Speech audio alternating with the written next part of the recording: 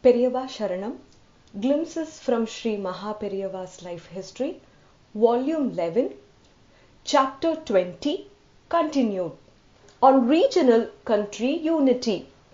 It was the Western researchers who had divided the society into Aryans, Dravidians, Semitics and others.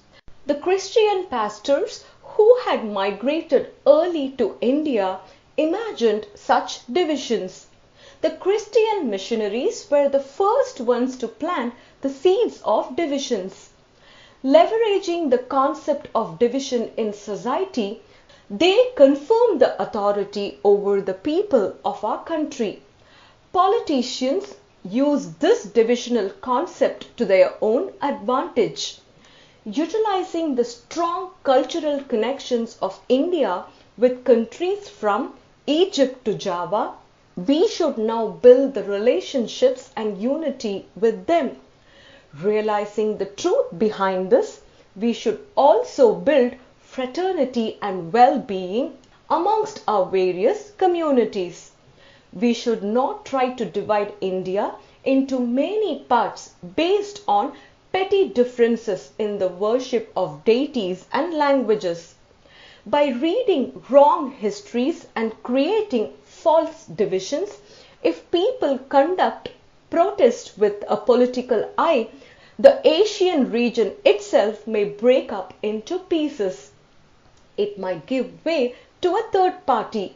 It is noteworthy that Dr. Sukarno, representative of a Muslim country, has spoken so nicely about his country's culture and its commonality with our ancient culture. Likewise, we should revive our cultural connections with West Asian countries, develop peace and fraternal ties, and find ways for the unity of Asia and peace for the entire world. Author's note: what MahaPeriyava said here about Java is supported by the following statement made by President Sukarno himself. In an article in The Hindu on 4th January 1946, President Sukarno wrote, "In the veins of every one of my people flows the blood of Indian ancestors, and the culture that we possess is steeped through and through with Indian influences. 2000 years ago, people from your country came to Javadvipa and Suvarnadvipa in the spirit of brotherly love. They gave the initiative to found powerful kingdoms such as those of Sri Vijaya, Mataram and Majapahit. We then learned to worship the very gods that you worship still, and we fashioned a culture that even today is largely identical with your own. Later, we turned to Islam, but that religion too was brought by people coming from both sides of India. Manu has made mention about Chinese, Persians and the Greek and others. He has said that they all have the characteristics of Kshatriyas. We can befriend them. Instead of sending political delegations from India to foreign countries, we can send cultural delegations to develop unity and mutual respect. Like our ancestors lived unitedly in ancient times, let us live together and protect our arts, culture and Shastras." Silver Ratham for Kanchi Sri Kamakshi. After performing the Kumbhabhishekam to Sri Kamakshi Amman temple, MahaPeriyava desired to make a silver Ratham chariot for the deity. He entrusted the responsibility of this job to one of the mutt's disciples, Chennai Dharma Rakshamani K. Balasubramanya Iyer.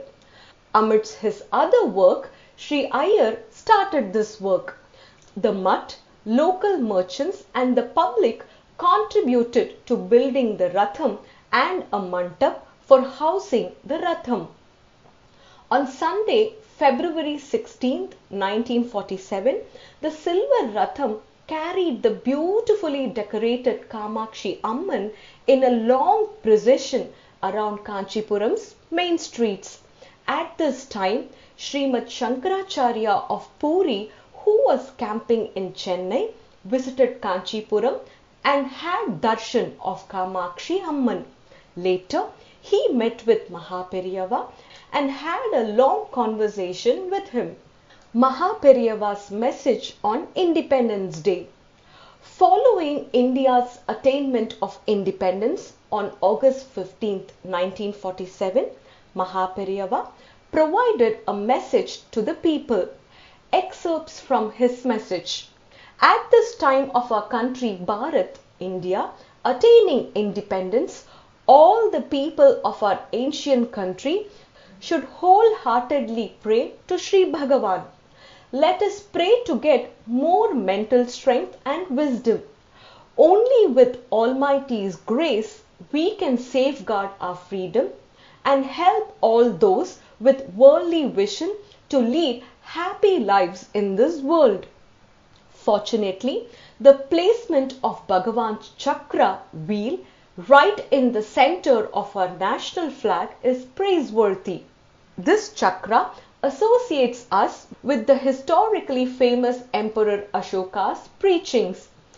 It also engages us in religious thoughts related to Srimad Bhagavad Gita preached by Bhagavan Sri Krishna.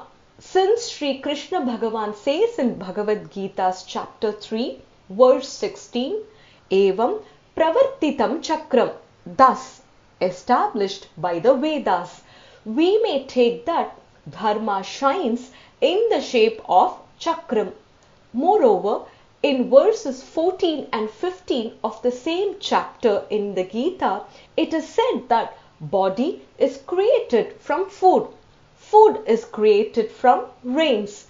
Rains are produced by the performance of yajnas, sacrifices. Yajnas are performed by karmas, duties. Karmas are prescribed in the Vedas, and the Vedas are directly manifested from the Brahman, the Supreme Personality of Godhead.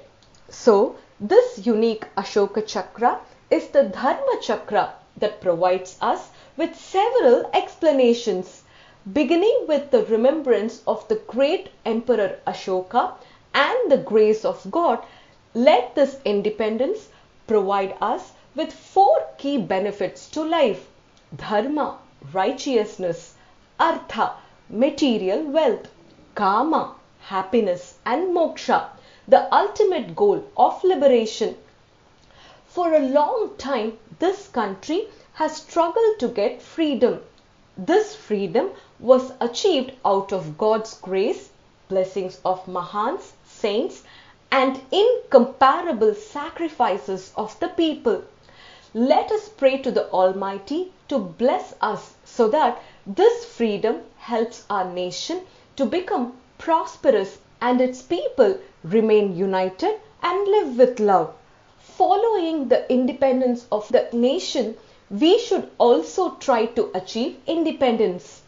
Only when we fully know ourselves, we can attain personal freedom. Our mind does not get controlled by our senses. We are unable to control desire and anger. These 2 emotions constantly trouble us. We are unable to remain contented no matter how much wealth we get. We do not get free from worldly sorrows. Looking at sorrows, our mind gets disturbed. What is the solution to this situation? Our mind should be brought under our control. We should try a step-by-step approach to control this active mind. Once we have controlled the mind, we need nothing else. That is the complete freedom that we should get. Every day, please keep your mind calm without any distractions and meditate on the God. By doing so, the mind will gradually become calm. This is a method to control desire and anger. By practicing it in steps, one can get self-realization in due course of time. Such a person who gets undiminished wisdom is the one who is really free. Respect other women as mothers. Respect other lives as your own. Speak the truth even when life is under threat. Stop communal fighting completely. Everyone must work hard to gain knowledge and spiritual progress. Love all and wish everyone to live happily. The Ashoka Chakra seen in the Indian flag is a depiction of the Buddhist Dharma Chakra represented with 24 spokes. It is so called because it appears on a number of edicts of Ashoka, most prominent among which is the lion capital of Sarnath, which has been adopted as the national emblem of the Republic of India. To be continued. Periyava Sharanam.